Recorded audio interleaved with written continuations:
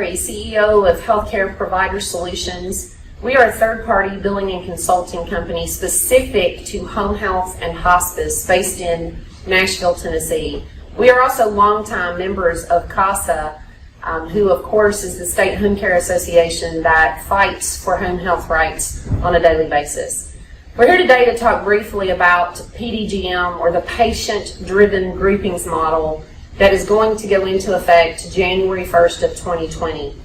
This regulation, should it pass as has been proposed in years past, it will change the landscape of home health reimbursement quite dramatically. It is actually the largest change in home health reimbursement since the implementation of the prospective payment system in October of 2000.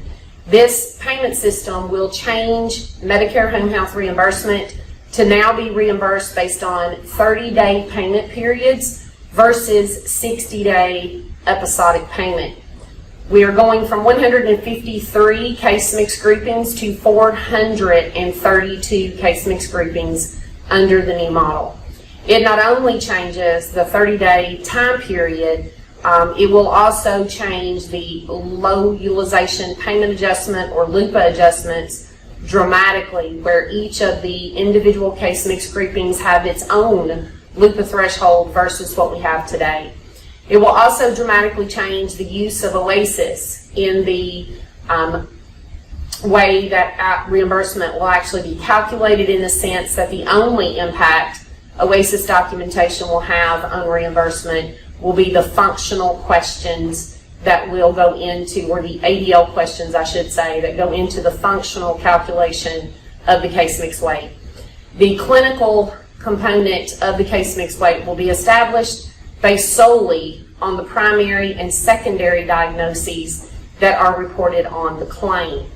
So, in essence, reimbursement dramatically impacted in the structure of how we will be paid in 30-day payment periods, how the case mix is actually calculated based on other items as well, including whether the patient is a community referral or an institutional referral. And agencies that currently today have a dramatic number of therapy visits per 60-day episode stand to be down 25% in the reimbursement for those same time periods. So it's imperative that home health agencies begin today in preparing for the implementation of PDGM.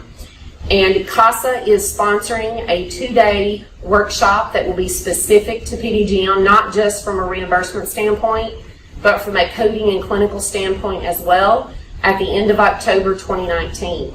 The proposed rule is due in July, the final rule in November, so we should have pretty much everything we need to get you as educated as you possibly can be during those 2-day workshops.